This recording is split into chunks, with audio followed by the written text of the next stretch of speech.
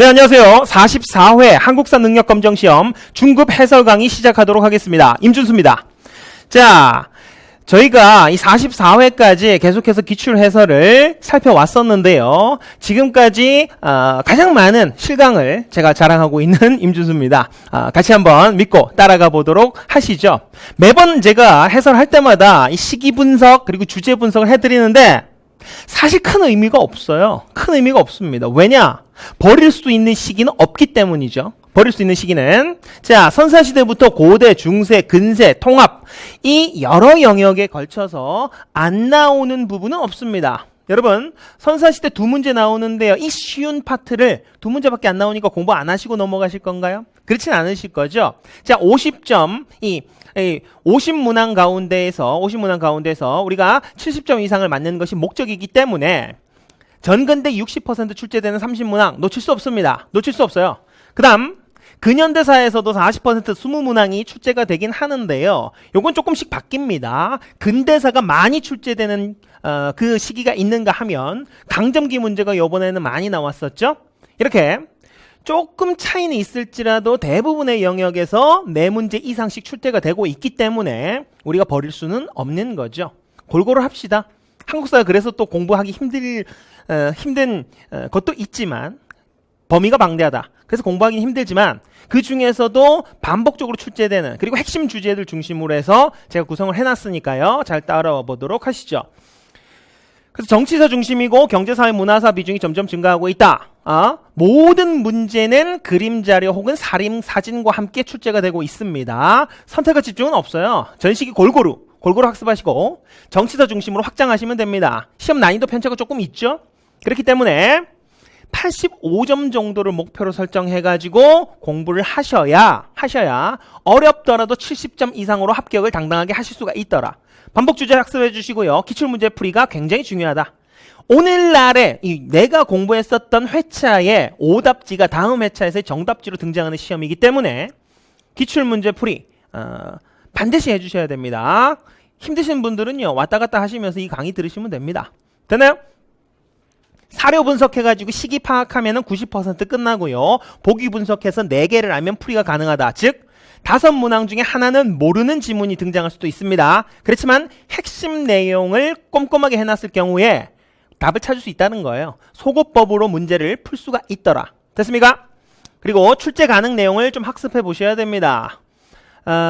긴 말 필요 없이요. 1번부터 바로 들어가도록 할게요. 여기서 제가 한 문항별로 뒤쪽에 보여드리는 이 자료들은 제가 수업 시간에 실제로 그 수업을 하고 있는 그 내용입니다. PPT 내용이기도 하고 필기노트에 들어가 있는 내용이기도 하고요. 그 내용들만 가지고 제가 설명을 드려보도록 할게요.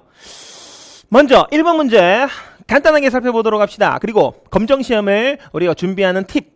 1번이 선사시대고요. 50번은 현대사에서의 통일정책 관련된 문제입니다. 시기가 헷갈리잖아요. 그러면은 앞뒤 문제를 보고 그 사이가 어느 시기를 이야기하는지를 찾을 수가 있어요. 아시겠죠? 순서대로 쭉 나옵니다. 대부분.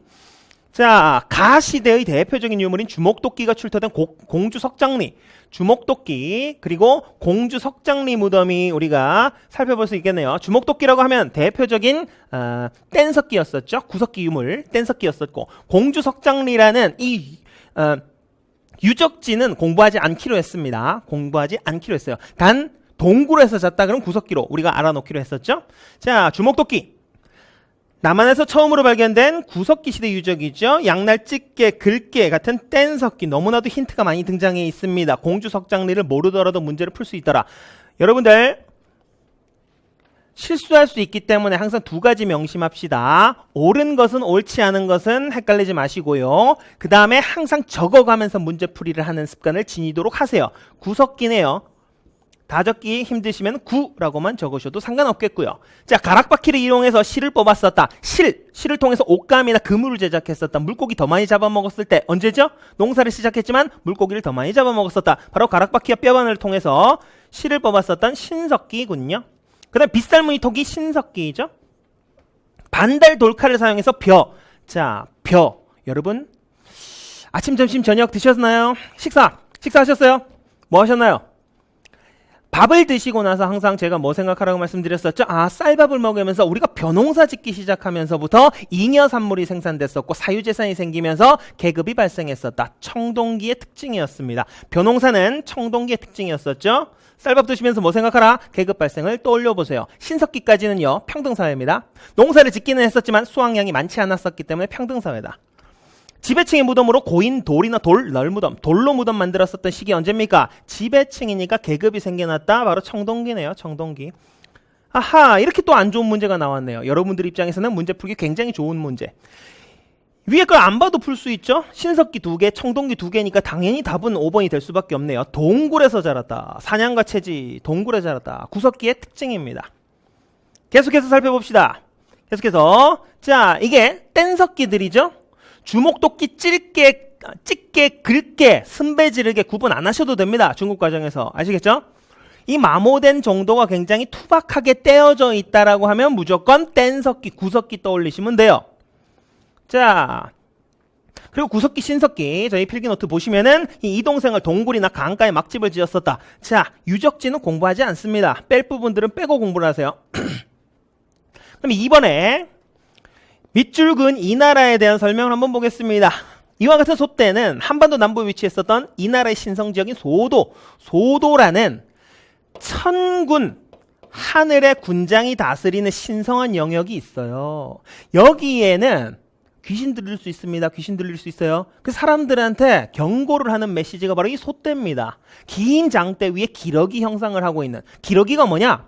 하늘과 땅을 연결해주는, 신의 목소리를 인간에게 전달해주는 매개체가 바로 이 기러기예요. 그래서 이거 보이기 시작하면 야야야 저기 들어가지 마. 저기는 귀신 들려갔다가 천군이 다스리는 영역이란 말이야. 여기는 심지어 왕조차도 함부로 들어갈 수 없었다. 그래서 이 소도라는 공간을 통해서 우리가 알 수 있는 것은 재정이, 제사와 정치가 분리되어 있었다라는 사실을 알 수 있더라. 이 지역이 어디입니까? 바로 삼한이었었죠. 삼한. 신지, 큰 것을 신지, 작은 것을 읍차라고 불렀었던 왕이 있었고요. 그 다음에 제사장 천군이 있었고 군장, 신지, 읍차가 있었던 곳, 누가 보더라도 삼한 사회의 특징이네요. 삼한은 농사 잘 됐죠? 그리고 변안에서 철 수출하기도 했었고요. 제사장인 천군이 존재하였다. 답이 너무 쉽게 나오면 여러분들이 맞나? 할 때가 있어요. 근데 그게 답이에요. 왜냐? 핵심 내용이기 때문에. 볼까요? 핵심 내용. 자, 연맹왕국으로서 목지국에서 왕이 등장했었고 신지읍차 같은 군장이 있었으며 천군이 제사를 담당했었다. 소도라는 곳은 천군이 다스리는 곳으로서 재정 분리사회였다. 됐나요? 추가로 더 할 내용은 벼농사 풍부했었고 철이 풍부했어서 변안, 그리고 변안을 이은 나라가 바로 가야였더라. 농사가 잘 되니까 5월째, 10월째 제사를 2차례 지냅니다. 5월째는 오늘날의 단오. 그 다음에 10월째는 오늘날의 추석이 되겠습니다. 농사 잘 되어지니까 5월달에 싹이 올라왔을 때 싹수가 노랗지 않게 해주세요. 싹수가 노르면 제대로 그 수확을 할 수가 없어요. 그래서 단오, 그 다음에 추수, 감사제, 10월달에 추석을 지내는 겁니다. 자, 다른 보기도 보시죠. 서옥제. 남편, 신랑이 될 사람이 아내 집 뒤편에 서옥이라는 작은 집을 짓고 삽니다. 그곳에서 노동력을 제공해주고 나중에 성장한 아내를 데리고 오는 고구려의 대릴사회제였었죠. 그 다음 빈민구제를 위한 진대법이 시행되었었다. 또 패턴이 이런가요? 진대법, 고구려. 고국 천왕 때 있었던 일이죠. 특산물로 단궁, 단단한 활, 과하마, 과일나무 아래를 지나다닐 키가 작은 말, 조랑말, 반어피, 반만 물고기다. 뭐였습니까? 바로 물개죠, 물개. 강치류, 이 바다 표범 껍데기를 이야기합니다. 이거는 동해의 특산품이었었고요. 그 다음에 여러 가들이 별도로 사출도를 다스렸었다. 사출도, 마가오가 구가 저가라고 했었던 사출도, 가축명을 딴 관직. 요거 부여의 특성이네요. 다 공부해 두셔야 되는 내용. 쉽게 맞출 수 있었던 1번과 2번입니다. 볼까요? 다음 대화에 나타나는 사건이 일어난 시기를 연표해서 옳게 고른 것은 옳게. 우중문의 30만 별동대에 맞서 우리 고구려이 승리했다는 것이 사실인가? 을지문덕 장군 나와 있으니까 유인작전으로 적군을 지치게 만든 뒤 살수에서 지금의 청천강입니다. 오늘날의 청천강, 이 살수에서 수나라를 격퇴했었다. 그럼 우중문이라는 놈은 수나라 장군이겠죠? 그래서 을지문덕이 수나라를 격퇴하기 위해서 어떻게 했었다? 우중문에게 편지를 썼죠. 투 우중문, 조롱의 편지. 야, 너 잘 싸우네. 어? 이미 잘 싸웠으니까 만족함을 알고 이미 떠나거라 했더니 이놈이 이제 우중문이 열받았죠. 오히려 나를 조롱하느냐 하고 쳐들어왔다가 살수해서 수장당해 버렸었던 수나라죠. 수수수수수. 자, 누구 문제입니까? 수나라 물리치고 그 다음에 당나라였었죠. 수나라 물리친 다음에 뭐 만들었었다? 천리장성을 축조했었죠. 요 내용들 가지고 한번 살펴볼 수 있겠군요. 볼까요? 수나라의 1차 침입 별 볼 일 없었다. 2차 침입 때 바로 뭡니까? 살수대첩에서 을지문덕이 수나라를 수장시켰다. 그 사이에 천리장성을 축조했었고 그 다음에 이제 당나라가 쳐들어왔었죠. 안시성에서 양만춘, 영계소문 막아냈었다. 그리고 우리가 영화 포스터로 문제 많이 나왔다. 그죠? 그래서 조인성 나오면은 요거예요. 양만춘입니다. 조인성 나온 포스터 전에는 천리장성 그리고 수나라 침입 물리쳤었던 것을 찾으시면 됩니다. 됐나요? 요즘에 또 영화 하고 있는 것 중에서 유해진 씨가 나오면은 봉오동 전투예요. 봉오동 전투. 홍봉도 장군, 홍범도 대한독립군 찾으시면 되겠습니다. 자, 이게 그거죠.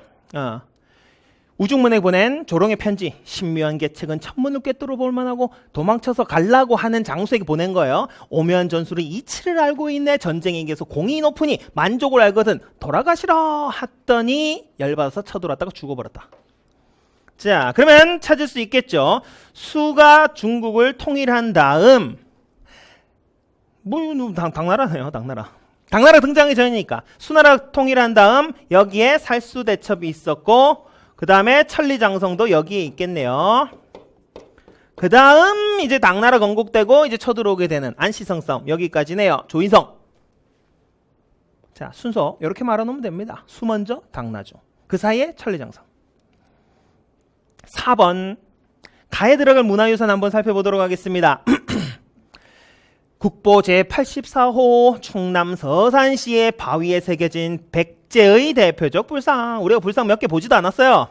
온화하게 입을 담은 미소, 백제의 미소. 제가 수업할 때 항상 이렇게 말씀드립니다. 여러분 강부자씨 아세요? 강부자씨. 요 서산 마의 삼존 불상을 백제의 미소라고 부릅니다. 저는 뭐라고 부르냐? 강부자 미소라고 부르는 이 백제 서산 마의 삼존불 4번이 답이 되겠군요. 됐나요? 우리가 핵심적으로 살펴볼 것들에서 답이 대부분 나오고 있습니다. 아시겠죠? 그 다음 5번에 밑줄근 이 나라에 대한 탐구활동 한번 살펴보도록 하죠. 지산동 고분군 한번 볼게요. 지산동 고분군. 자, 우리 박물관에서는 이 나라가 남긴 문화유산인 고령 지산동 고분군 성과를 공개한 특별전 마련하였다. 이번에 전시되는 유물을 통해 이 나라의 수준 높은 문화를 살펴볼 수 있더라. 가야인데 고령지방은 내륙지방이었었죠. 내륙의 고령지방은 대가야의 중심지였었다. 후기가야를 대표하는 대가야의 중심지. 근데 제가 보기에 이 대가야, 금관가야 구분하는 문제도 아니에요. 그냥 가야 문제입니다. 그렇지만 우리는 고령을 통해서 대가야라는 것을 알아볼 수 있었더라. 법금 8조, 범금 8조, 금범 8조, 금법 8조 다 상관없어요. 고조선이죠. 고조선. 한서지리지에 3개가 남아있었다. 제가회 여러 가들이 모여서 회의를 했었다. 고구려구요. 22담로의 지방간을 파견했었던 백제 무령왕이었었네요. 가야연맹의 중심지가 이동한 이 가야연맹 답이 다 나와 있네요. 이번 회차가 난이도 조금 낮습니다. 44회, 43회가 조금 난이도 까다롭습니다.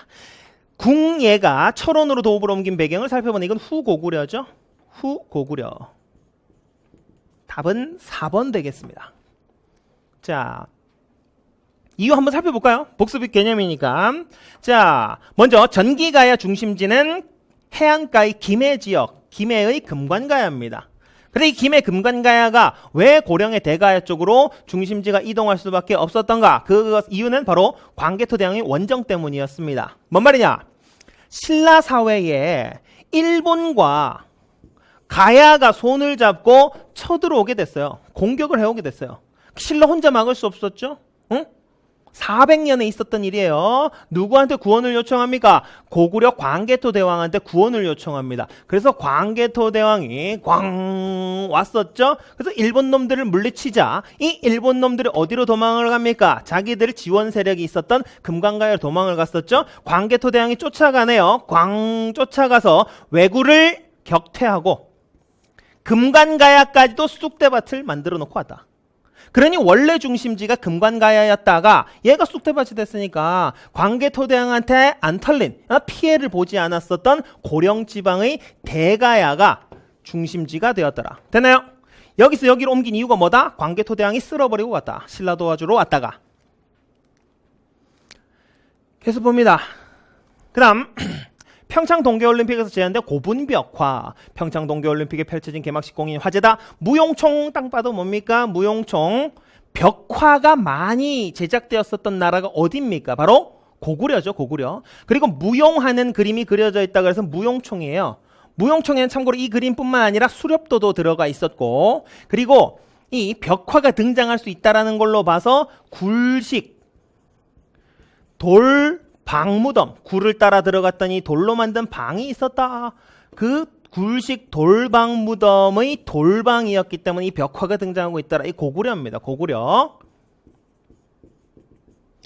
자, 이러한 시도는 고대 문화유산의 이미지와 감성을 현대적 기법 예술로 승화시켰었다. 개막식 공연이 있었죠. 무용총 벽화. 이 고구려에 대한 설명입니다. 고구려. 1번 무천이라는 행사가 있었다. 무천. 무천은 하늘에 제사를 지낸다라는 거죠. 어디입니까? 바로 동예의 특징입니다. 제가 이렇게 설명합니다. 고구려 간섭을 받았던 두 나라가 있어요. 옥저와 동예. 근데 옥저는 간섭을 더 많이 받았기 때문에 하늘에 제사조차 못 지냈다. 그러면 동예는 하늘에 제사를 지낼 수 있죠? 얼마나 기쁘겠어요. 하늘에 제사 지낼 때마다 하늘에 대고 춤을 췄다. 우리는 옥저보다 낫다. 이것을 얘기해 줬었던 동예 무천이라는 행사. 됐습니까? 그 다음 골품제라고 하면 이게 신라사의 특징이고요. 화랑도도 마찬가지로 신라사의 특징. 특히 화랑도를 잘 활용해서 국방력을 강화시킨 신라의 전성기 누굽니까? 바로 진흥대왕이 있었죠. 진흥대왕. 글을 읽고 활쏘기를 익히는 경당이 있었다. 경당. 유교 교육과 무예까지 아울러서 가르쳤었던 고구려의 장수왕 때 설치되었었던 지방교육기관이었네요. 고구려 장수왕 때 지방교육기관. 그 다음에 정사함은 정치에 대해 생각하는 바위가 있대요. 암자가 있대요. 여기 올라가서 회의를 하는 나라가 있었죠. 바로 백제입니다. 백제. 계속해서 봅니다. 그래서 우리가 이러한 제가 그래프를 그려가면서 설명을 보통 해드렸었죠. 그래서 지금 여기 그래프를 제 그림을 찍을 수 없어가지고 여기서 가져왔습니다. 자, 고구려의 발전. 성장 곡선을 그려가면서 공부하시는 것이 여러분들한테 유리할 겁니다. 그 다음에 7번 백제 26대 왕 몰라. 그냥 백제만 알면 되죠 뭐. 자, 수도를 사비로 옮기고 사비성이 현재 지명이 뭡니까? 자, 검정시험의 특징. 과거 도시의 지명이 현재 어떤 도시인지를 잘 살펴볼 필요가 있어요. 왜? 여기가 충남 부여거든요. 지금 부여. 그래서 이런 거 해요. 부여에서 하는 백제 축제 있죠. 그런 사진 탁 주고 난 다음에 여기서 있었던 일은 그 사비성에서 있었던 일 찾으라는 거거든요. 국호를 남부여로 바꾸었다. 누굽니까? 제2의 전성기를 꿈꿨었던. 그래서 고구려에게 빼앗긴 한강을 되찾고자 했었던 백제 성왕에 대한 설명이군요. 백제 성왕. 성왕. 관산성 전투에서 전사하기도 이거 답이 이름이 성왕이네요. 보통은 이번 회차가 좀 쉬운 이유가 이거예요. 보통은 성왕이 답이 아니라 뭐냐? 성왕의 또 다른 업적. 나제 동맹을 체결하여 한강 유역을 일시적으로 수복하였다. 이런 것들이 답이 되거든요. 보통. 근데 이건 그냥 성왕이 답이니까 요거야말로 쉬운 문제였습니다. 내용 학습 필요 없습니다. 백제 발전 과정 한번 같이 살펴보시면 됩니다.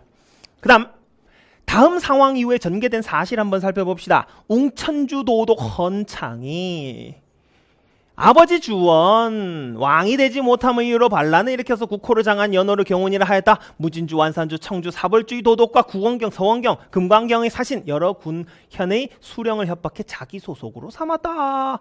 우리가 여기서 살펴볼 사실들이 뭐가 있습니까? 바로 김씨들이 반란을 일으켰었던 거 있죠? 제가 김땡땡의 난은 다 언제로 취급한다고 말씀드렸습니까? 김흠돌의 난만 신문왕 때 신라 중대 상황이었었고요.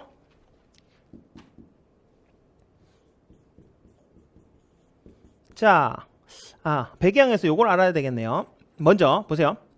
고구려의 왕족의 성씨가 고주몽, 고씨입니다. 백제는요, 부여 계통을 이야기하면서 부여씨예요. 부여. 그 다음에 신라는요, 박석김 세 개가 번갈아가면서 하다가 김씨가 왕위를 독점했죠. 그러니까 김씨가 반란 일으켰다 하면 신라의 반란이에요. 아시겠죠? 신라 반란. 사람 이름 많았어요. 김원창, 김번문, 여러 왕들이 있었는데, 여러 김씨 반란이 있었는데, 그 중에서 우리는 김흠돌만 외우기로 했었죠. 김흠돌은 신문왕의 장인어른으로서 신문왕이 새로운 체제를 정비할 때 반란 일으켰다가 진압당하고 그걸 계기로 해서 신문왕이 왕권 강화를 했었던 그 반란이었었죠. 그 제가 김흠돌, 장인이 반란 일으키다니 김흠도라이 얘기를 했었죠. 김흠돌의 반란을 도모했었다. 그래서 신라 중대의 신문왕 때였었고 이것은 왕권 강화에 도움을 주었습니다. 반면 신라 하대 혼란기로 가면 155년 동안 20명의 왕이 교체됐었죠. 그래서 그 155년 동안 20명의 왕이 교체된 그 혼란기 속에서 김씨들이 반란을 많이 일으켰었다. 김원창, 김번문.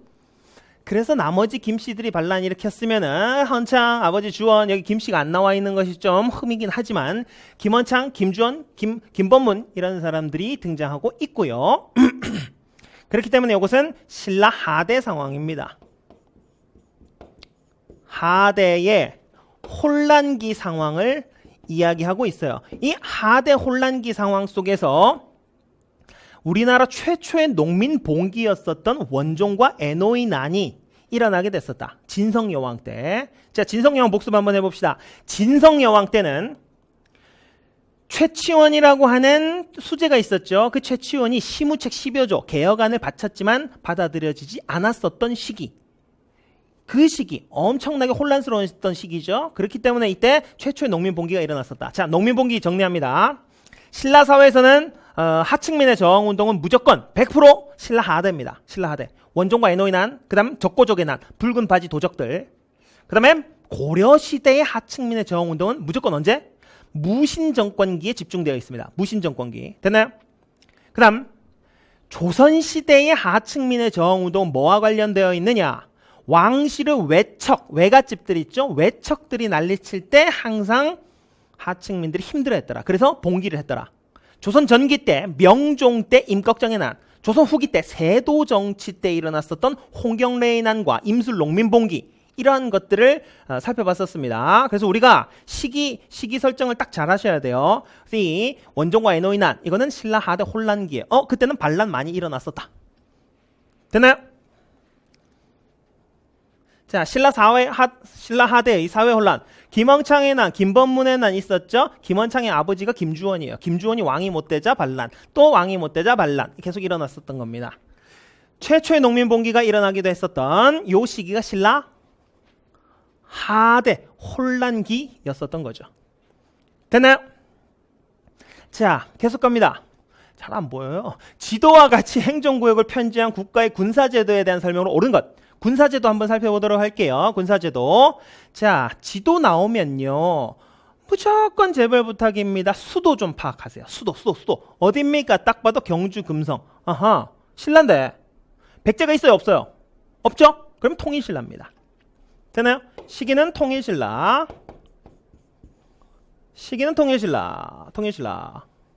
통일신라이기 때문에 구주와 오소경으로 구분이 되어 있었던 사회상이네요.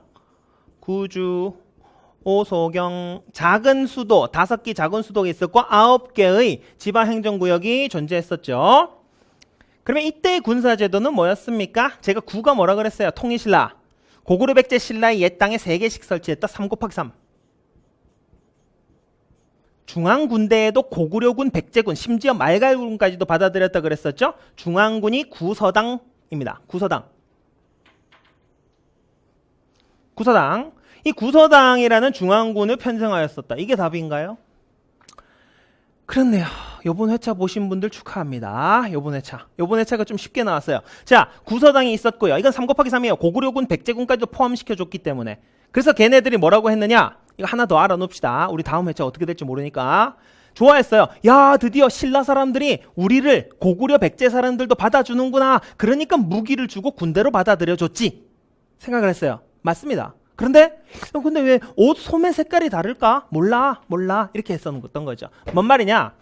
고구려군, 백제군까지 받아들였지만 소매 색깔을 달리해서 약간의 차별은 뒀었다.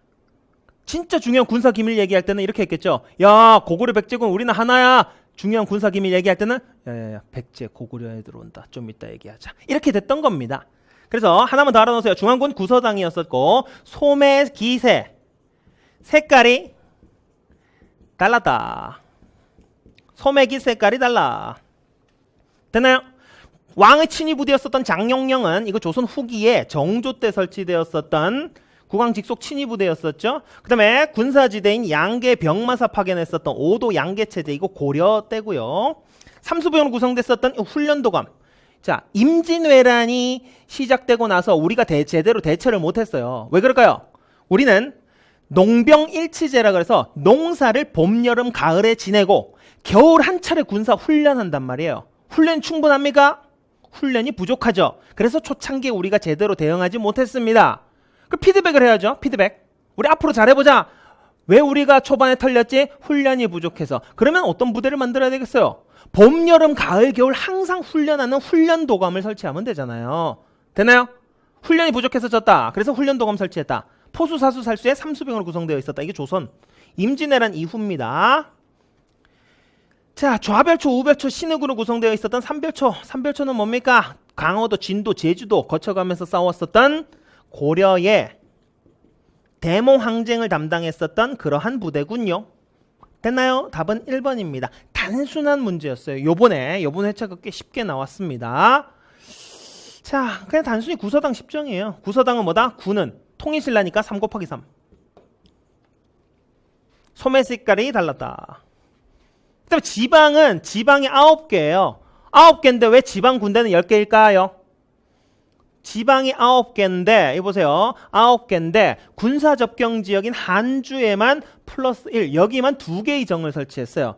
그 지방이 9개니까 군대도 9개여야 되죠. 지방 군대. 근데 군사 접경 지역에 플러스 1 해가지고 10정입니다.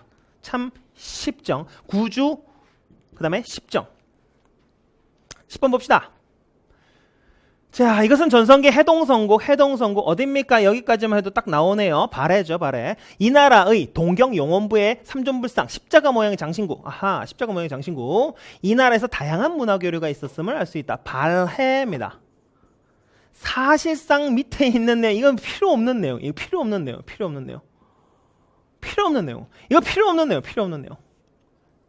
해동성국 갖다가 푸는 문제입니다. 발해고요. 해동성국. 기인제도는 고려, 태조, 왕건이 실시했었던 일종의 인질제도였었고요. 국왕이 비서기관이었었던 승정원, 그리고 승정원에서 적어놨었던 업무일지, 승정원 일기라는 것도 있었죠. 그 승정원 일기는 유네스코 기록유산으로 등재가 되어 있기도 했었던 조선입니다.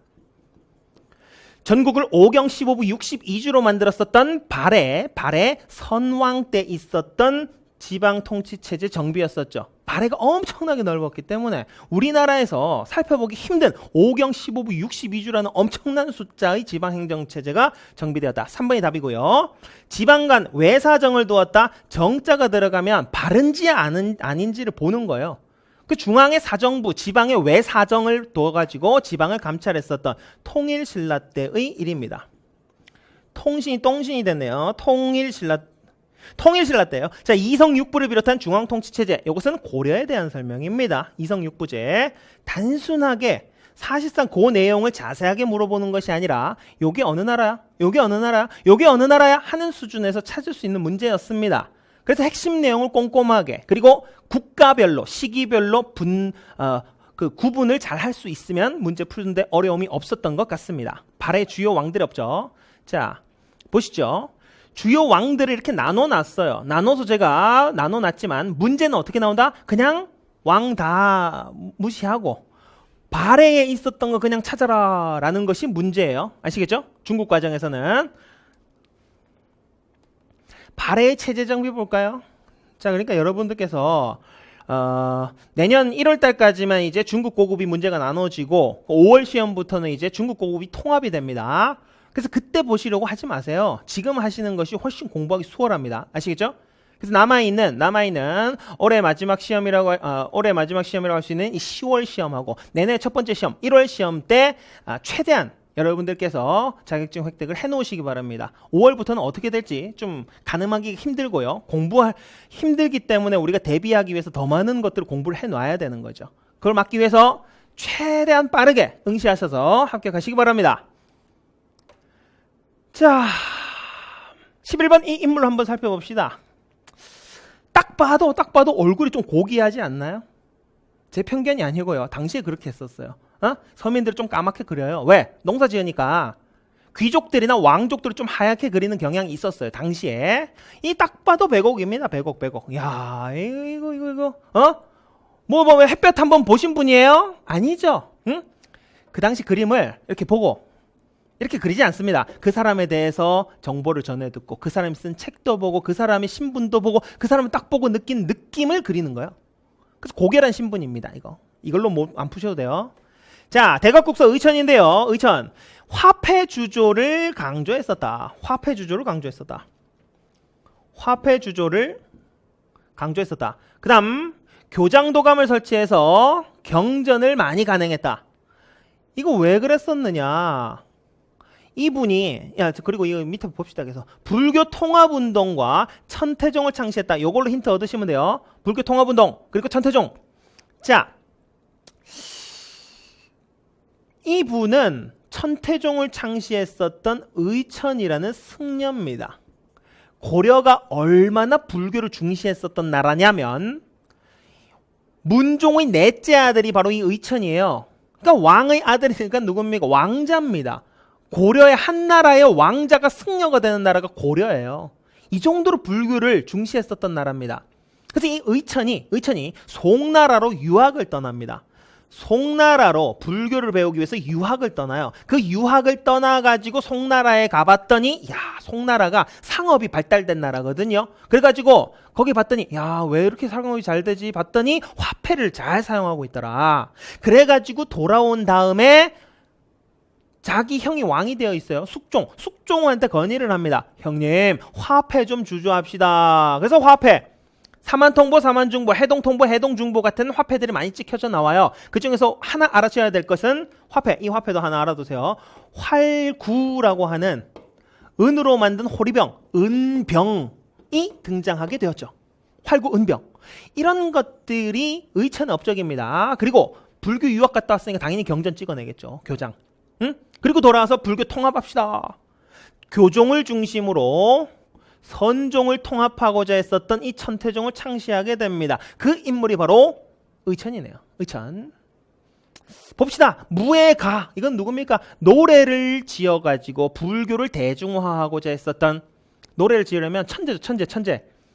한국 불교는요, 이 인물 전과 후로 나눠집니다. 이 인물이 누굽니까? 바로 원효입니다. 원효는 불교 경전의 구절을 가지고 음을 만들어서 백성들에게 보급하기 시작을 했어요. 이해되나요?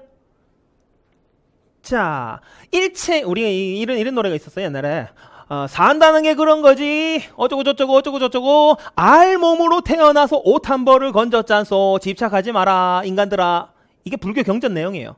여기에다가 음을 붙인 거. 이것이 무예가라는 노래입니다. 노래. 이걸 통해서 불교를 대중화하고자 했었던 원효 스님이고요. 이 불국사를 창건했었던 것은 귀족 김대성의 건의에 의해서 창건이 됐었고요. 그 다음에 교관겸수, 교와 관을 겸해서 수행하자. 교는 교리학습, 경전을 외우고, 그 다음에 수행을 하자라는 교종을 중심으로 선종을 통합하는 그 수행 방법 되겠습니다. 그래서 교관겸수가 바로 의천의 수행 방식이었었고요. 수선사에서 결사하자, 결사는 타락하지 말고 수행이나 하자, 수행을 초강조했었던 대각국사는 아니죠. 보조국사 진울입니다. 4번. 그리고 왕호 천축국전, 천축국이 어디예요? 천축국. 하늘의 축복받은 국가 어딜까요? 하늘의 축복받은 국가 바로 인도죠. 승려가 보기에는 부처가 탄생한 인도가 축복받은 국가예요. 그래서 인도를 갔다가 돌아오지 못하셨던 분, 그분이 기행기를 남기셨죠. 왕호 천축국전. 누굽니까? 바로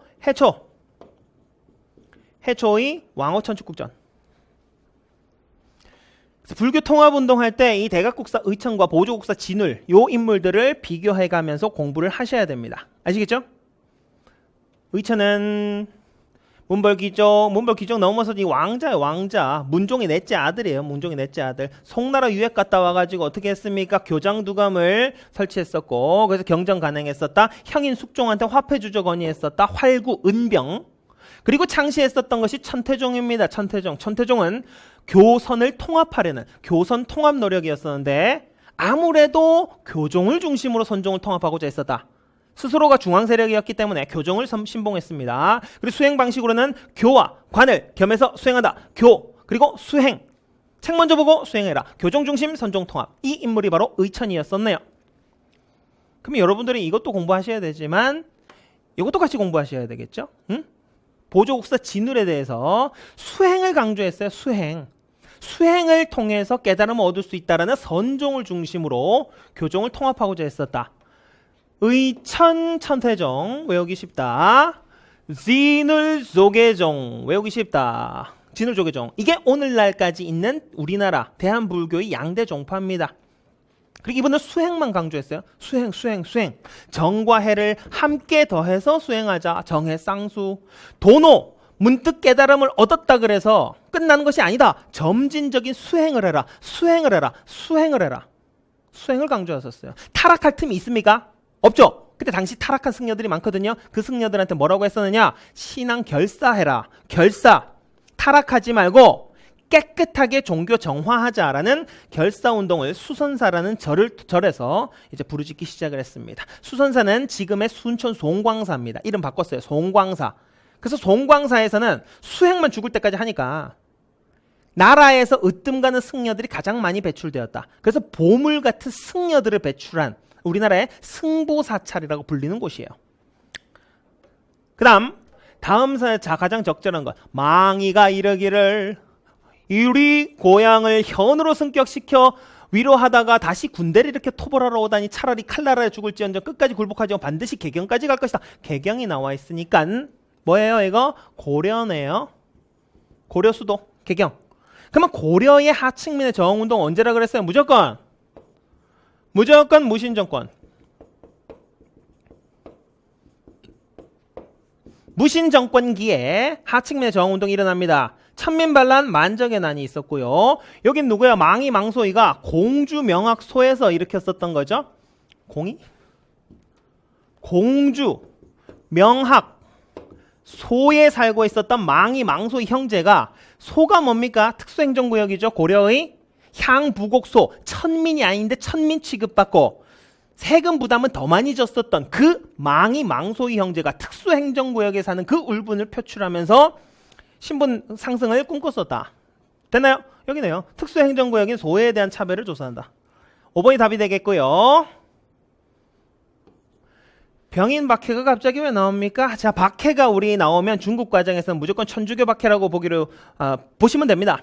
천주교 박해로 보시면 돼요. 그래서 병인 박해의 결과 이제 병인 양요가 일어났었고 개경의 나성을 왜 쌓았었느냐? 거란의 침입 1차, 2차, 3차 침입을 물리치고 수도 개경에다가 성을 한 바퀴 더 쌓았다. 그리고 천리장성을 축조했었다. 근데 호족 세력의 성장 배경은 신라 하대 혼란기 상황 속에서 지방을 컨트롤하지 못하자 지방 세력이 성장했었다. 삼전도 비석은요. 조선 병자호란 때 남한산성에서 항전했으나 항복할 수밖에 없었다. 그래서 이 삼전도에서 굴욕적인 항복을 겪었었던 조선시대의 병자호란 이후의 상황입니다. 자, 무신정권이에요. 무조건 고려시대는 하층민의 저항운동 무신정권기입니다. 그때 있었던 농민봉기를 비롯해서 이 삼국 부흥을 주장했었던 것, 이 공주명학 소에서 반란이 일어났었던 것, 그 다음에 천민 만적의 난이 일어났었던 것, 여기까지 아울러서 살펴볼 필요가 있습니다.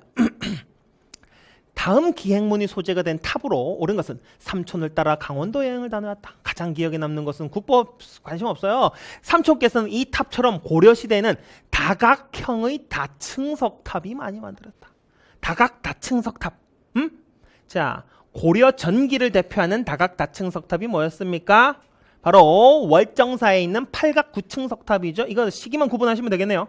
먼저 불국사의 다보탑. 자, 불국사는 쌍탑 가람 양식이라 그래서 탑이 두 개가 있는 형식으로 절이 만들어져 있습니다. 그 하나의 탑이 바로 뭐다? 석가탑과 불국사 3층 석탑. 그 다음 하나가 바로 뭡니까? 바로 다보탑이 되겠습니다. 석가탑, 다보탑, 불국사. 이거 통일신라 때죠. 참고로 통일신라는요, 고구려 백제 신라 삼국 통일을 시켰기 때문에 3자라는 숫자에 집중을 하면 됩니다. 33 고구려 백제 신라 삼국 통일. 그래서 조화로운 3자로 석탑을 많이 만들었어요. 석가탑도 불국사 3층 석탑, 감은사지 3층 석탑, 3층 석탑 나오면 통일신라입니다. 통일신라. 정림사지 5층 석탑과 미륵사지 석탑은 이거 각각 위치도 어디 있는지 아셔야 돼요. 미륵사지 석탑은 이게 전북 익산에 있습니다. 익산 미륵사의 석탑. 요게 이제 저번 회차에도 문제가 나왔었는데 요번 회차에 또 보기로 나왔네요. 왜냐하면 이 미륵사지 석탑이 대한민국 문화재 복원사상 최악의 사례로 꼽힐 정도로 이렇게 훼손됐었던 거거든요. 근데 강점기 때 여기다가 시멘트를 쳐발라놨어요. 그래서 이걸 복원하는데 애를 먹었습니다. 근데 올해 복원이 완성이 됐어요. 그렇기 때문에 43회차, 44회차 두 번 다 문제가 나왔네요. 43회차는 정답으로, 요거는 오답지로 등장을 하고 있습니다. 요거 두 개 다 백제 거요. 정림사지 5층 탑은요, 다른 말로 백제 평정 기념탑 평제탑이라고도 불렀어요. 왜? 당나라 장수 소정방이라는 놈이 이 백제를 멸망시킨 다음에, 야, 백제에서 제일 유명한 건축물 뭐야? 정림사지 5층 석탑인데요. 거기로 안내해. 그래서 여기 밑에다가 백제를 평정했다라고 적어놨어요. 굴욕적이게도. 그러면 이 평제탑은 어디에 있겠습니까? 백제의 마지막 수도에 있었겠죠? 그래서 사비성에 있다. 충남 부여에 위치하고 있는. 이게 백제 겁니다. 백제 거. 둘 다 백제 거고, 백제탑의 특징은 뭐였었나요? 목탑 양식의 석탑이다. 목탑에서 석탑으로 넘어가는 과도기입니다. 목탑 양식의 석탑이더라. 나머지 남은 거 하나밖에 더 있습니까? 월정사 팔각구층 석탑.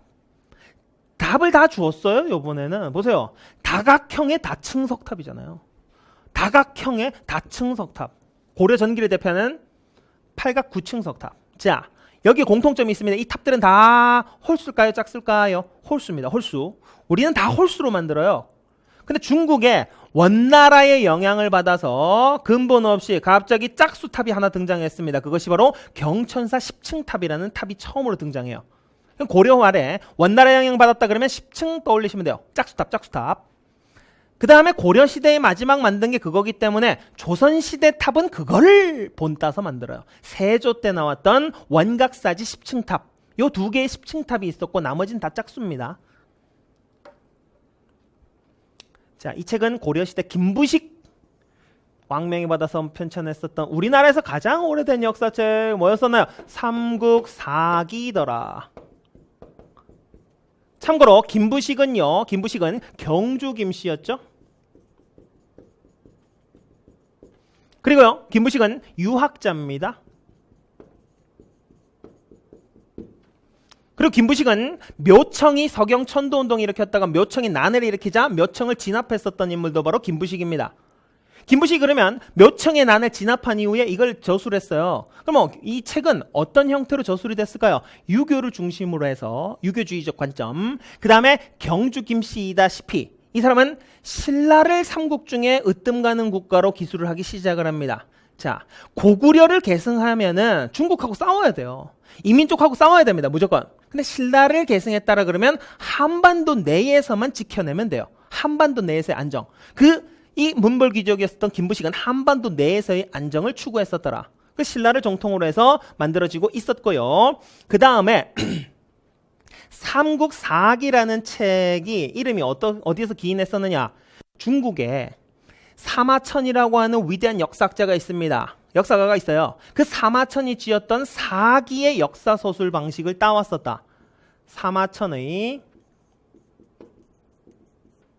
사기의 역사서술 방식을 따왔다. 그게 삼국사기입니다.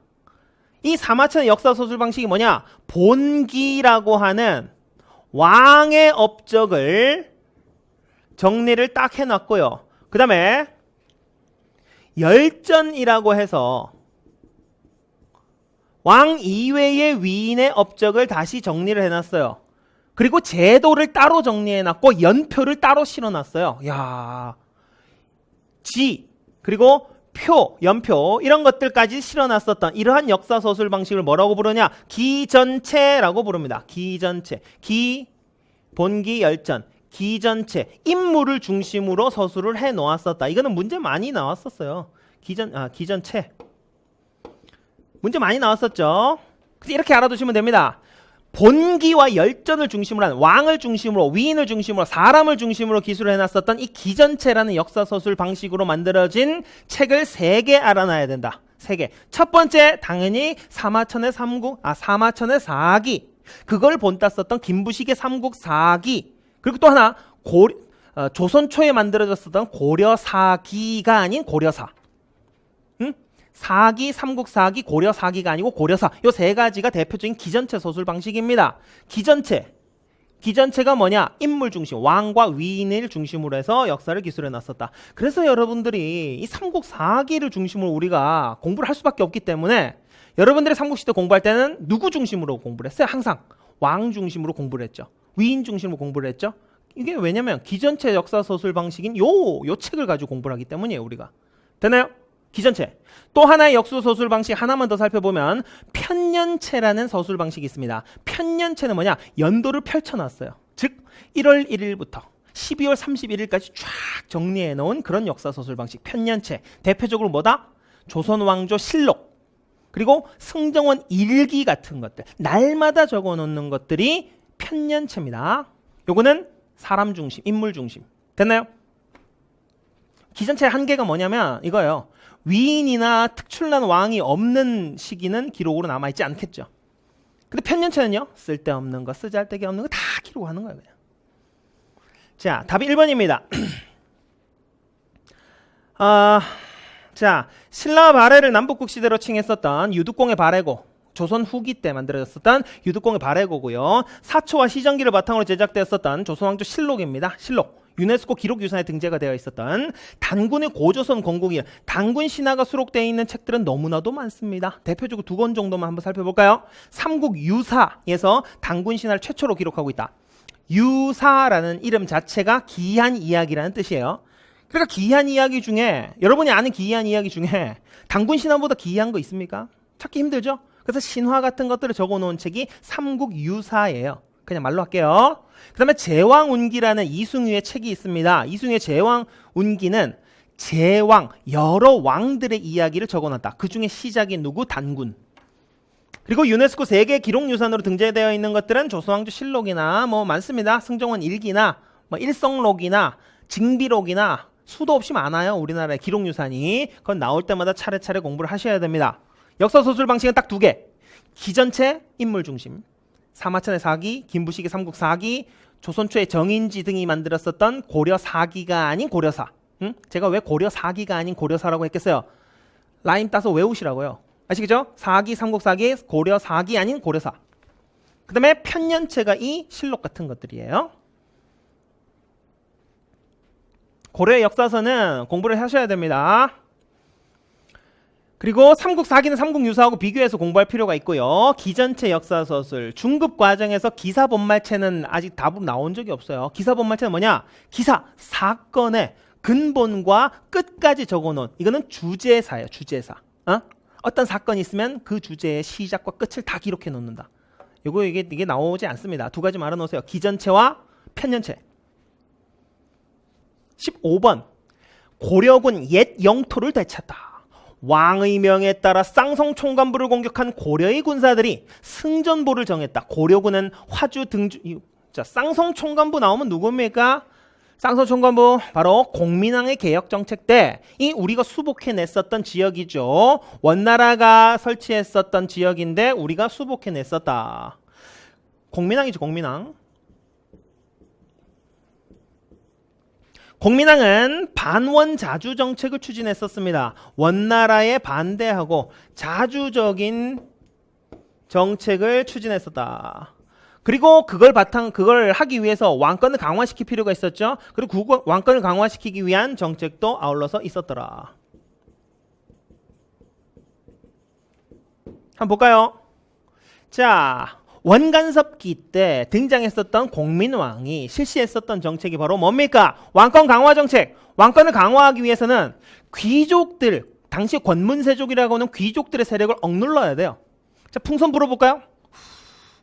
한쪽은 눌리면 다른 쪽이 부풀어 오릅니다. 두 쪽 다 부풀어 오를 수는 없는 거죠. 뭔 말이냐? 왕권과 귀족의 권한은 서로 반비례의 관계입니다. 왕권이 강화되려면 귀족권을 억눌러야 돼요. 귀족을 어떻게 억누를지 봤더니 귀족 새끼들이 너무 노비를 많이 가지고 있어요. 그리고 땅도 너무 많이 가지고 있어요. 근데 그거 대부분이 불법적으로 가져갔던 거더라. 볼까요? 그래서 전, 토지와 민, 노비, 이 불법적으로 차지한 토지와 불법적으로 차지한 노비들을 변정, 바른 곳으로 되돌리는 기구를 설치해요. 전민 변정도감을 설치합니다. 여러분은 전민만 알아놓으시면 돼요. 공민왕의 왕권 강화 정책 뭐라고요? 전, 토지와 민, 노비까지 풀어준다. 신돈이라는 승려를 시켜가지고 그랬더니 왕권이 강화되더라. 됐나요? 신진 4대부라는 개혁 세력을 등용했었고 당시 원나라와 가장 친분 관계를 가지고 있었던 기황후의 오빠 기철을 제거해버렸다. 그리고 반원 자주 정책 추진했었죠. 쌍송 총관부를 수복한다든지 정동행성을 폐지한다든지 몽골의 풍습을 따라하지 말아라. 그리고 낮춰졌던 관제와 왕실에서 사용하는 용어들을 복구시켰다. 이것이 공민왕의 정책입니다. 그럼 보시죠. 쌍송 총관부. 별무반을 편성하여 여진을 정벌하였었다. 이 인물 등장하면 누구 공부했었어요? 우리가 윤관이라는 인물을 공부했었죠. 쌍기의 건의로 과거제도 도입했었다. 고려 초에 광종의 왕권 강화책이었었고요. 신돈을 등용하고 승려 신돈, 전민 변정도감 운영했었다. 이것이 답입니다. 신돈을 등용했었다. 이 승려요. 그리고 보세요. 개혁 정책을 추진하려고 야 불법적으로 차지한 노비하고 땅을 돌려주도록 해라 하려고 했더니 이미 다 그 사람들도 다 연줄이 다 있어요. 그 나쁜 짓 하는 놈들하고. 그래서 아무런 연줄이 없었던 승려를 등용을 해버린 거예요. 신돈. 이해됐나요? 그 당시 어떤 글들이 있었냐면 이런 글들이 있어요. 불법적인 토지라도 줄 수 없다 이렇게 할 수는 없잖아요. 응? 이걸 거스를 수는 없으니까 뭐를 공격하느냐? 신돈이 요사스러운 승려요 하는 놈들. 근데 그런 놈들일수록 불법적으로 노비하고 토지를 많이 가지고 있다. 이렇게 생각하시면 돼요. 응? 자, 현대사회도 마찬가지입니다. 개혁정책 추진하려고 그러는데 막 개거품 부는 놈들 있죠? 이상한 논리 들이대면서 그 놈들이 구린내가 나는 놈들이다. 자, 답은 3번입니다. 빈민구제를 위해서 흑창. 이건 누굽니까? 흑창은 태조 왕건. 의로운 창고 의창은 성종. 이건 태조입니다. 태조. 그 다음에 인재 선발을 목적으로 해서 독서 3품과 시행했었던 시기는 신라, 통일신라 때 원성왕 때 이야기예요. 통일신라 때 일입니다.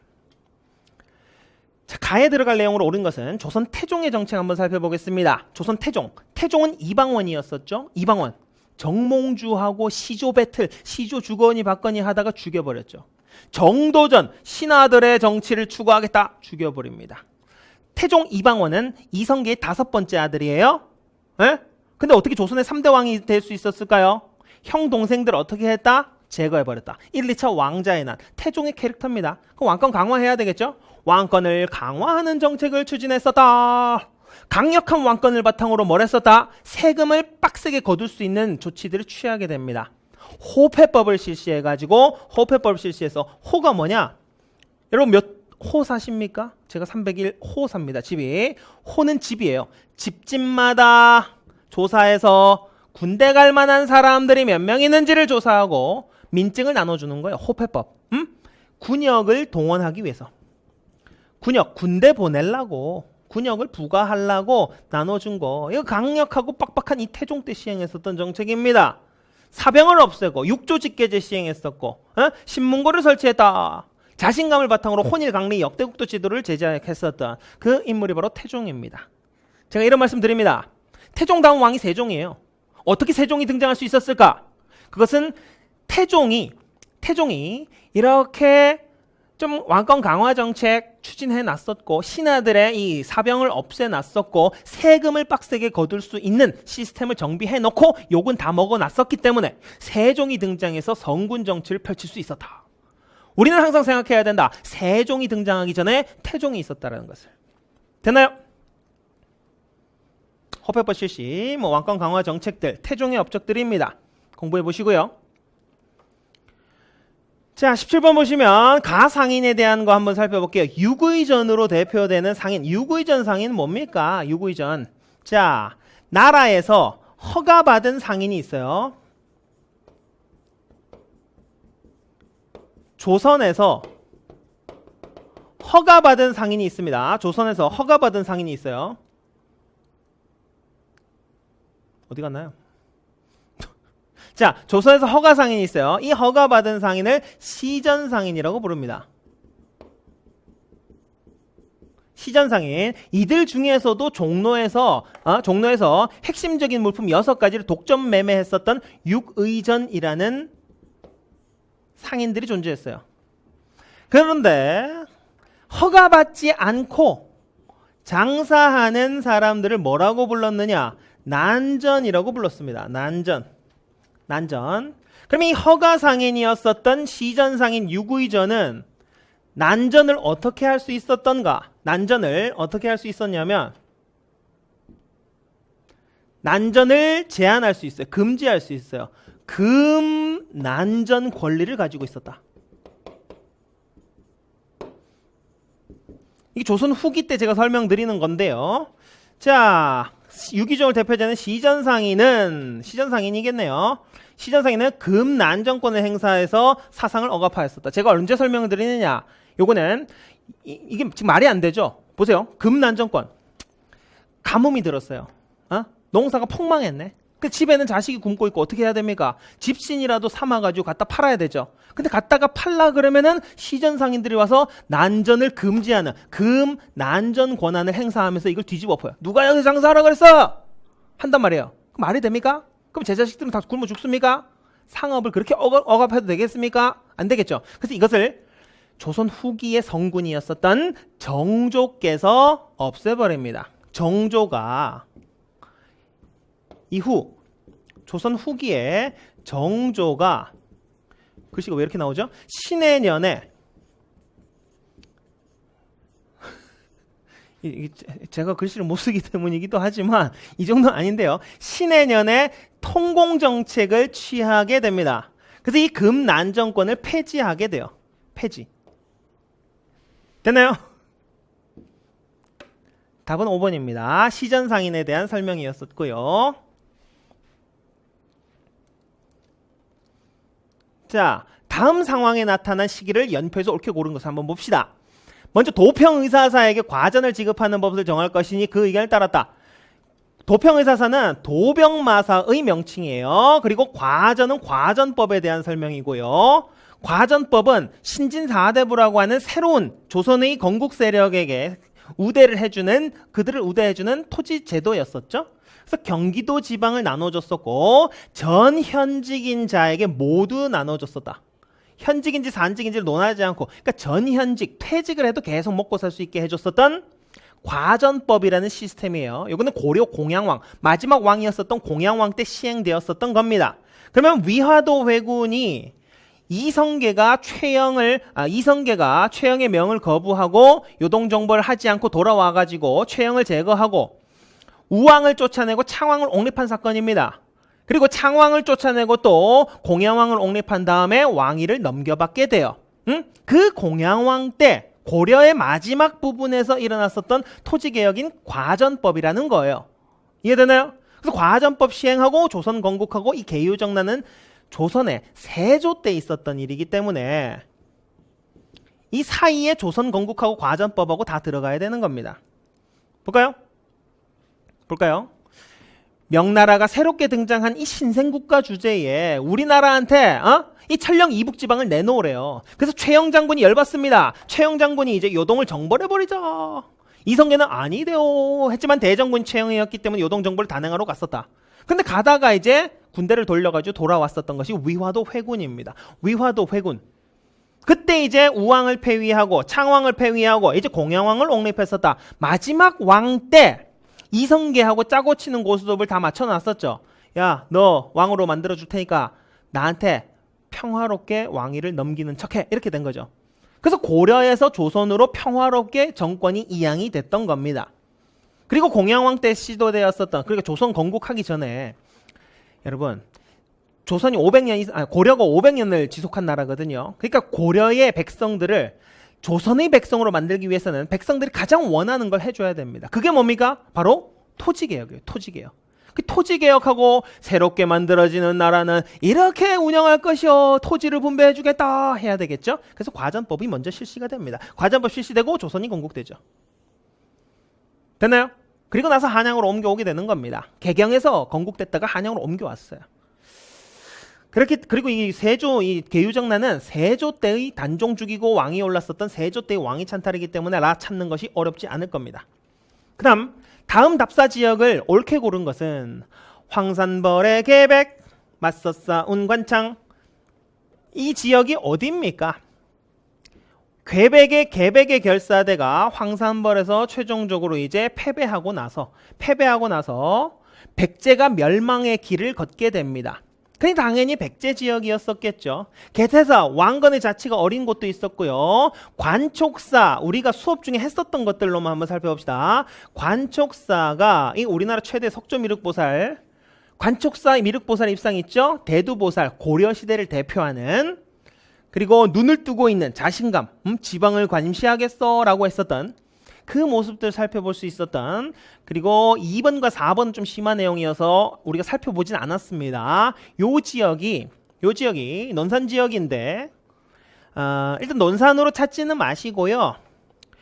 관촉사 할 때는 논산 관촉사, 제가 설명할 때 이렇게 하거든요. 이 논산 관촉사, 이 논산 훈련소 가시다 보면은 엄청 큰 대두보살이 있다 이렇게 설명드리긴 하는데, 논산이라는 지역을 모른 채로 한번 찾아봅시다. 모르면서 황산벌과 관촉사만으로 우리가 한번 답을 찾아보도록 합시다. 이 문제가 정답 찾기가 어렵지는 않은데요. 100% 이제 딱 떨어지는 답은 아니었어요. 볼까요? 백제 지역이 이런 문제가 나올 수 있습니다. 나올 수 있어요. 그럼 어떻게 풀어야 되느냐? 일단 기본적으로 백제 지역이니까 영월, 부산, 인천까지는 제외입니다. 됐나요? 전라도 충청도 지역을 찾으시면 돼요. 논산 아니면 목포입니다. 여기서 찍으셔도 상관없습니다. 무책임하다고요? 이런 거예요. 만점 방지용 문제였었고, 이 논산에 관촉사 미륵보살이 있었다라는 것을 생각을 떠올릴 수 있다면 이걸 답으로 찾을 수 있습니다. 이런 문제가 한 문제 있습니다. 많으면 한 문제, 아니면 없고. 됐나요? 문제 어떻게 푸는지. 백제기 때문에 나머지 지우시고 그 다음에 나다 중에서 나를 고르시는 겁니다. 세시풍속, 요거 이제 1점짜리 문제 나왔었죠. 세시풍속. 우리 역사 속에서 덕흥리 고분벽화인데요. 이 덕흥리 고분벽화에서 얘기하고 있는 게 있어요. 요거 이제 견우입니다. 견우야, 요거는 직녀예요. 직녀는요, 직조를 하는 애입니다. 뭡니까? 바느질의 여신이에요, 이분이. 이 직녀. 견우와 직녀가 나오는 이 이야기. 여기 이제 오작교가 만들어지고 있네요. 오작교. 그리고 이 내용을 담고 있는 이 벽화와 관련되어 있는 우리의 세시풍속은 7월 7석이 되겠죠. 7월 7석. 7월 7석인데요. 요거는 세시풍속 한번 살펴보셔야 됩니다. 1점짜리 문제는 따로 정리해 놓은 것들이 많이 있을 거예요. 저희 교재에도 있는 뒷부분에 있는 그 내용들 살펴보시면은 요 1점짜리 찾을 수 있습니다. 요거는 그렇게 어렵지는 않았었던 것 같아요. 왜냐면 견우, 직녀, 오작교, 7월 7석 얘기들은 고구려 벽화를 보면서도 저도 말씀드리고 다른 곳에서도 이제 언급이 많이 될 거기 때문에 찾기 어렵지 않을 겁니다. 요 두 개가 만점 방지용이었었네요. 19번 3점짜리, 그 다음에 20번에 1점짜리. 근데 19번은 충분히 찾을 수 있다. 논산 관촉산 미륵보살 입상을 통해서. 21번 다음 퀴즈의 정답으로 옳은 것을 한번 봅시다. 이것은 조선시대 향촌의 양반들로 구성되어 수령을 보좌하고 향리를 감찰하는 역할을 했었다. 좌수와 별감 등의 향임직을 두었었다. 자, 향자가 들어가면은 뭐예요? 지방이었었죠. 향리를 감찰하고 수령을 보좌해줬대요. 이 역할이 뭘까요? 바로 유향소 되겠는데요. 그거 다시 한번 설명드릴게요. 자, 중앙에서 중앙에서 관리를 파견합니다. 그럼 향초 지방에서는 중앙에다가 세금을 납부하고 블라블라블라. 그러면 파견했었던 관리가 수령이에요. 근데 수령은 어떤 적용을 받았습니까? 비리를 막기 위해서 출신지 부임을 금지했어요. 상피제가 적용된다고요. 상피제. 서로 출신지 부임을 피해라. 상피제. 상피제가 좋아요. 왜? 비리를 막을 수 있기 때문에. 그러나 수령이 부임되는 지역에 대해서 잘 모르고 있죠. 그래서 이 수령을 누가 도와줘야 되냐? 기본적으로는 향리가 도와주고요. 그 다음에 지역의 유력자들의 모임이 수령을 도와줘야 됩니다. 뭔 말이냐? 자, 수령이 저 바닷가에 깡촌에서 이제 태어났어요. 근데 이 사람이 이제 수령으로 발령을 받는데 해안가로 못 간대요. 어디로 가느냐? 사과가 주 산지였었던 대구 지역으로 부임을 하게 됩니다. 근데 이 수령은 사과를 먹어본 적도 없어요. 사과가 땅에서 나는지 나무에서 열리는지도 모르는 사람이에요, 이 사람이. 그래서 가가지고 사과를 세금으로 걷어서 진상을 보내야 되는데, 그러기 위해서는 누가 도와줘야 된다? 사과조합협회장, 사과조합의 청년단체 회장, 뭐 이런 사람들이 도와줘야 되겠죠? 그런 사람들이 있었던 곳이 어디냐? 바로 유향소입니다. 지방의 유력자들의 모임. 이 지방 유력자들의 모임에서 수령을 보좌해주거나 향리를 견제하는 역할을 담당했었다. 그리고 이 수령과 향리가 제대로 못하면 어떻게 합니까? 경은 서울이죠. 경제도를 통해서 중앙에다가 보고를 해주었더라. 그래서 조선이 잘 짜여진 사회라는 게 이런 거예요. 유향소를 통해서 향촌 자치, 너네 지방 자치 해봐, 알아서 해봐, 도와가지고 잘 해봐 했었지만 이 모든 것들은 중앙에서 파악하고 있더라. 중앙집권. 이것이 잘 조화롭게 이루어진 나라가 바로 조선사회입니다. 됐나요? 그 답은 유향소 되겠죠. 유향소. 지방 유력자들의 모임, 유향소에서 수령을 도와주고 향리를 감찰했었다. 됐나요? 향교는 조선시대의 지방 중등 교육기관입니다. 공자 제사 지내고 교육을 했었던 향도는 고려 사회에서 있었던 불교를 매개체로 해서 공동 조직이 형성되었었던 농촌 공동체가 바로 향도였었고요. 경시선은 물가를 조절하는 기구였었고요. 물가 감독을 하는 그 감독기관이었어요. 상거래 감독기관. 그다음 집강소라는 곳은 제가 설명할 때 지방감소 이렇게 얘기합니다. 집강소, 지방강소. 이거는 동학 농민운동이 일어난 다음 지방에 설치하여서 동학의 요구사항인 패정개혁안을 추진해 나갔었던 기구입니다. 생뚱맞게 들어갔죠? 동학입니다. 동학, 집강소.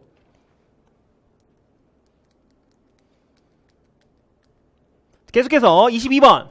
가나 사이의 시기에 있었던 사실. 왕이 도원수 강홍립에게 지시하였다. 강홍립 원정군 가운데 1만은 평안도 함경도의 정예병만을 훈련하여 이제 장수와 병사들이 서로 약속하니 명나라 장수들 명령을 따르더라. 이거 누굽니까? 강홍립에게 지시했었던 왕 바로 임진왜란을 수습하면서 차기 왕이 됐었던 광해군이었었죠. 강홍립에게 지시하였었다. 이 광해군의 중리 외교 정책입니다. 그러나 광해군은 명나라와의 의리를 지키지 않았다 하여 인조와 서인 정권에 의해서 쫓겨나게 됐었죠. 인조 반정.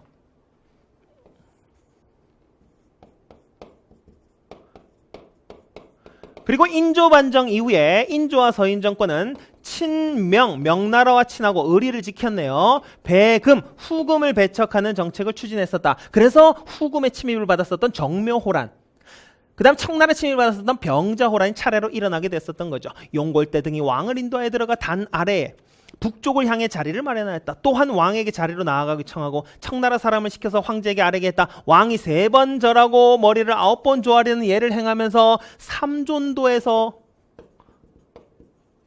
굴욕적인 항복을 하게 되었었던 거네요. 친명 배금 정책으로 인해서 2차례 호란이 일어났었던 거. 그리고 남한산성에서 항쟁을 했었지만 삼존도에서 굴욕을 겪었었다. 뭡니까? 인조반정이 답이네요. 여기 들어갈 수 있는 건 인조반정 혹은 정묘호란, 병자호란 혹은 남한산성에서의 항쟁이 되겠습니다. 되나요? 기묘사화는 훈구에 의해서 사림이 대거 제거되는 사건이 일어났었죠. 그것이 바로 기묘사화입니다. 그 사화입니다. 그 중에서도 기묘사화는 조광조의 개혁 정책으로 인해서 일어났었던 것이고요. 자, 강조가 정변을 일으켰다. 요것도 이제 거란과 관련되어 있는 내용이고요. 밑에 살펴보면 나선 정벌이 추진되었었, 이거 고려시대 얘기입니다. 조선시대. 이건 고려시대였었고, 나선 정벌도 이제 조선시대에 조선 효종 때 북벌 정책의 일환으로 추진됐었던 이 조총부대가 이 나선 정벌에 동원되었었다. 그 다음에 백두산 정계비도 조선 후기에 숙종 때 있었던 이야기입니다. 자, 그래서 답을 1번으로 찾기는 어렵지 않은 문제였었다. 자, 광해군의 중립외교 한번 복습을 해보시고요. 그 다음에 호란의 과정도 한번 살펴보시기 바랍니다. 정묘호란은 후금이 쳐들어왔었던 거고요. 형제의 관계를 맺고 돌아갔다. 병자호란은 청나라가 쳐들어왔었던 거고 군신관계 요구해가지고 우리가 남한산성에서 항전했는데 결국 삼전도의 굴욕을 겪었다. 자, 이 그림은 가의 시행을 관장한 선해청을 그린 것이다. 토지 결수를 기준으로 공납을 부과하여 특산물 대신 쌀배 동전으로 납부하게 한 제도. 뭡니까? 바로 내동법에 대한 설명이겠네요. 자, 조선시대 세금을 세 가지 형태로 거뒀습니다. 전세, 토지세고요. 역 일시키는 거, 군대 보내고 일시키는 거, 공납, 특산물을 납부하는 거. 근데 특산품 농사도 안 짓는데 세금으로 내라 그래요. 얼마나 부당합니까? 응? 그리고 농사를 안 짓는 걸 세금으로 부과했기 때문에 내가 누군가에게 부탁해서 대신 납부를 해야 돼요. 상인한테 사다 달라 그런 다음에 내야 돼요. 방납입니다. 근데 이 방납에 폐단이 많이 일어났었죠? 왜? 이 상인놈들이 너무 가격을 터무니없이 받아버렸다. 그래서 이 임진왜란이 끝난 이후에 광해군이 물어봤죠. 너네 제일 힘든 게 뭐니? 하니까 특산물 세금 좀 없애주소서. 특산물. 그래서 광해군 때 대동법이 시행이 돼요. 이것은 특산물 대신에 토지일견당 미국 12도에 쌀이나 옷감이나 동전으로 납부하게 했었다. 동전으로. 토지 기준으로 걸었기 때문에 양반들이 엄청나게 반발했었더라. 그래서 광해군 때 1608년에 경기도에서 시범적으로 실시했었어요. 근데 이게 전국적으로 시행됐었던 시기는 딱 100년 후 1708년에 전국적으로 시행됐었다. 그만큼 반발이 심했어요. 그리고 나니까 이제 나라에서 특산품을 직접 사오기 시작을 했었죠. 그것이 이제 공인의 등장이었었고, 이렇게 하다 보니까 상품화폐가 경제가 발달했었고 상공업도 발달했었고 사람들도 세금 내기 돈으로 내는 게 제일 편해요. 그래서 조세의 급납화까지도 일어났었던 대동법입니다. 봅시다. 양반에게도 군포를 부과하였다. 이건 뭡니까? 호포제로 우리가 공부했었던 것, 여러분들이 공부하시게 될 내용들 중에서는 호포제, 흥선대원군 때 실시했었던 방납의 폐단, 대리납부의 폐단을 해결하고자 실시, 이게 대동법이네요.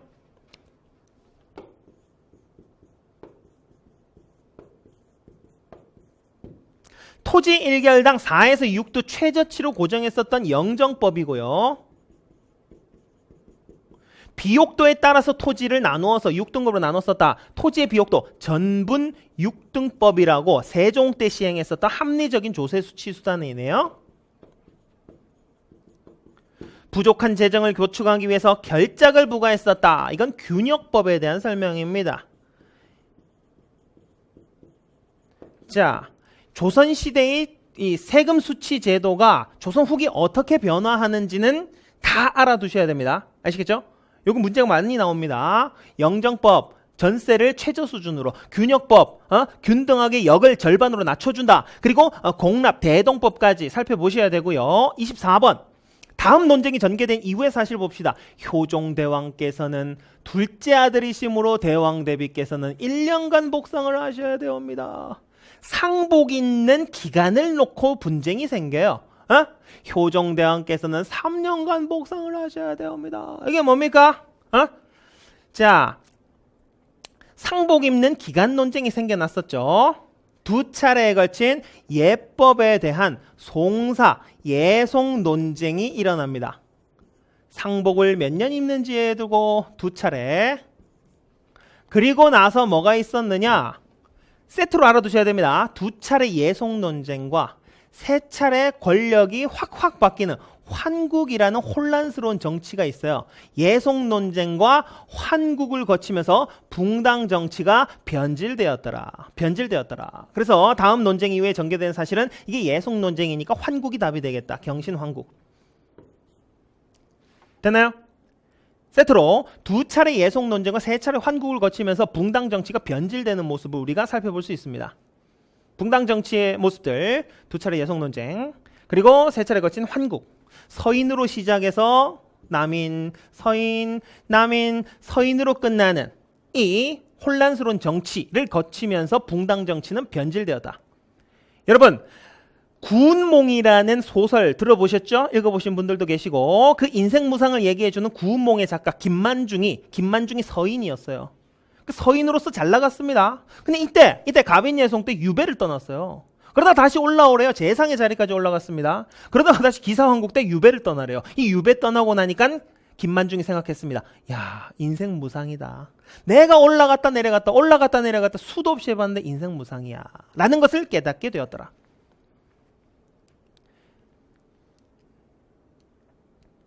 자, 여기까지가 절반이네요. 25번까지 절반을 한번 살펴보도록 하겠습니다. 먼저 다음 자료에 나타난 시기의 경제 상황으로 옳지 않은 것. 아는이 처음 나온 것 같아요. 아는에 동그라미 치세요 무조건. 모시, 삼, 오이, 참외 듯 온갖 채소와 약재 농사도 잘 지으면 밭 한 고랑에서 얻는 이익이 헤아릴 수 없을 크다. 한성 내외에서 파밭, 마늘밭, 배추밭, 오이밭이 넓어서 즉 수백량을 헤아린다. 황해도에서 담배밭, 함경도 삼밭, 모시밭. 자, 논에 비해 10배에 달한다. 이것들이 다 뭡니까? 보세요. 모시, 삼, 오이, 참외, 담배. 이게 주식입니까? 아니요. 내가 농사 짓는 이유는 내가 먹기 위해서입니까? 아니요. 팔기 위해서. 이런 것들을 상품 작물이라고 이야기해요. 이 상품 작물을 농사 지었었던 시기가 언제냐? 바로 조선 후기 상황입니다. 조선 후기 상황을 한번 살펴보도록 합시다. 덕대라고 하는 광산 전문 경영인이 광산을 경영하였었다. 자본주의적인 모습이죠. CEO 개념이에요. 덕대는. 이거 조선 후기에 나타났었던 거고요. 모내기법이 전국적으로 확산되었다면 조선 후기입니다. 모내기법이 일부 남부 지방에서만 실시되었다 하면 고려 후기에서 조선 전기예요. 이건 고려 후기가 갑자기 뜬금없이 병란도가 웬 말입니까? 병란도는 국제무역 항구, 고려의 국제무역 항구입니다. 고려. 그래서 병란도를 드나들던 아라비아 상인들은 우리나라 물건 사가지고 유럽에다 판매를 합니다. 그때 이거 어느 나라 물건이에요? 하면 아라비아 애들이 뭐라고 합니까? Made in Korea, Korea. 그래서 코리아라는 명칭이 서방세계 전파되었었고 우리나라의 현재 영어식 지명이 코리아입니다. 독점적 도매 상인이었었던 도고, 허생전에 허생 같은 놈이 나타나는 이 독점 도매 상인, 독과점법 위반 경제사범이 등장했었던 4번 조선 후기 상황 맞습니다. 장시 시장입니다. 시장이 전국 각지에 열렸다. 5일장이 전국 각지로 열렸었다. 보부상들이 전국 각지로 활동을 했었다. 그러면 조선 후기 상업활동이 활성화되었었던 조선 후기입니다. 자, 답은 3번이겠네요. 25번까지의 문제 중에서 여러분들 까다롭게 할 만한 문제는 거의 없었습니다. 그 논산이라는 지역 찾는 문제 하나, 그 다음에 7월 7석 모르시면 틀리는 문제죠. 요거 2개. 나머지는 없어요. 여러분들 합격을 위해서는 핵심 내용에 집중해야 된다는 것을 다시 한번 확인할 수 있었네요.